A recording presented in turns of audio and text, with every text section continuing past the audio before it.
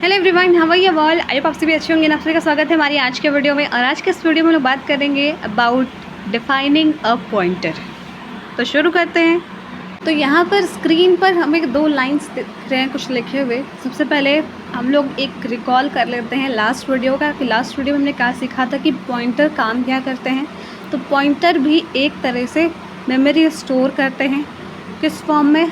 एक वेरिएबल होता है, वेरिएबल के अंदर दूसरे वेरिएबल का एड्रेस स्टोर करते हैं।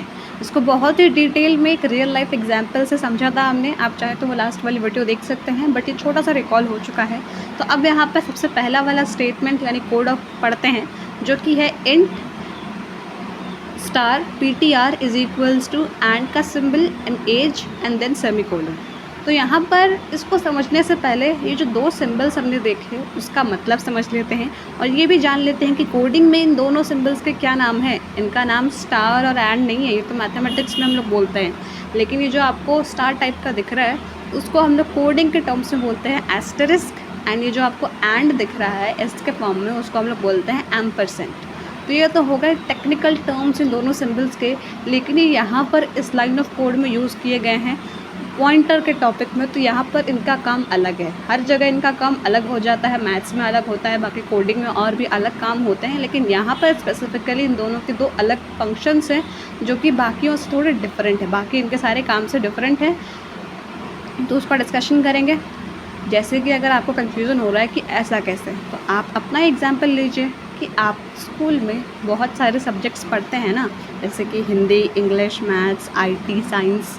तो आप एक ही इंसान है जो कि सारे सब्जेक्ट को पढ़ते हैं, ऐसे सभी पढ़ाई करते हैं, लेकिन एक इंसान होते हुए इतने सब्जेक्ट्स की नॉलेज रखना और आप हर एग्ज़ाम को लिखते हैं, हर एक डिफरेंट सब्जेक्ट के एग्ज़ाम को, तो वैसे ही ये जो आपके एस्टरिस्क और एम्परसेंट हैं उनके भी डिफरेंट काम हैं। तो उसमें से एक काम को हम लोग अभी डिस्कस कर रहे हैं जो कि पॉइंटर से रिलेटेड है। सिंपल। तो हमें ये पता है कि जब भी C लैंग्वेज में कोई भी वेरिएबल बनाते हैं तो जावा की तरह हमें यहाँ पर भी पहले डेटा टाइप स्पेसिफाई करना होता है। दैट्स वाई यहाँ पर इंट लिखा हुआ है, फिर एम्परसेंट, फिर पॉइंटर के लिए जब भी वेरिएबल बनाते हैं तो हम लोग PTR लिखते हैं, ताकि कोई भी अगर हमारा कोड पढ़े या हम खुद भी पढ़ें बाद में कभी, तो PTR वर्ड पढ़ते ही हमें समझ में आ जाए कि अच्छा ये पॉइंटर से रिलेटेड है। इसलिए आपको याद रखना है ये छोटे छोटे बातें। इक्वल्स टू एम्परसेंट एज। अब यहाँ पर हम पहले लेफ़्ट की बात करें। लेफ़्ट यानी कि जो आपका इंट वाला साइड है, तो इंट वाले साइड में जो भी डेटा टाइप के बाद, डेटा टाइप हमने डिफ़ाइन कर दिया कि इंट है, उसके बाद जो भी आपका वर्ड लिखा हुआ है वो क्या होता है, वेरिएबल का नाम बताता है। ऐसे ही तो वेरिएबल डिक्लेयर करते हैं हम लोग C और जावा में। पहले डेटा टाइप डिफ़ाइन करेंगे, उसके बाद वेरिएबल का नाम लिखेंगे। तो वेरिएबल का नाम क्या होगा यहाँ पर, पॉइंटर। पॉइंटर पूरा नहीं लिखा हमने, उसका शॉर्ट फॉर्म में लिखा PTR। तो ये हो गया आपका वेरिएबल का नाम, लेकिन वेरिएबल के नाम से पहले आपका एस्टेरिस्क है। तो अब हम लोग एस्टेरिस्क का काम समझ लेते हैं कि क्या बोला जा रहा है। कि जो आपका PTR नाम से एक वेरिएबल बनेगा आपके कंप्यूटर में। वेरिएबल को आप ऐसे इमेजिन कर सकते हैं, एक बॉक्स बना आपके कंप्यूटर के मेमोरी के अंदर। एक आपने बॉक्स इमेजिन कर लिया अपने माइंड में, आई होप आप सभी ने इमेजिन कर लिया होगा कि एक बॉक्स बना छोटा सा और उसका नाम है, जस्ट उसके ऊपर लिखा हुआ है PTR। तो एस्टेरिस्क मतलब कि PTR की वैल्यू। एस्टेरिस्क डिनोट करता है जिस भी वर्ड के पहले यह लिखा हो उसकी वैल्यू। और जहाँ पर एंड यानी कि एम्परसेंट लिखा हुआ है, एम्परसेंट का मतलब होता है कि उस पर्टिकुलर वेरिएबल का एड्रेस। तो यहाँ पर पहले क्या लिखा हुआ है कि आपने एक वेरिएबल क्रिएट किया इंट डेटा टाइप का जिसका नाम है पॉइंटर, और पॉइंटर नाम से आपने कुछ क्रिएट किया, एक बॉक्स क्रिएट हुआ आपकी मेमोरी के अंदर। तो पॉइंटर की जो भी वैल्यू होगी, कौन सी वैल्यू, जो आपकी राइट साइड में डिक्लेयर होगी। यहाँ पर हम लोग कोई नंबर भी दे सकते थे।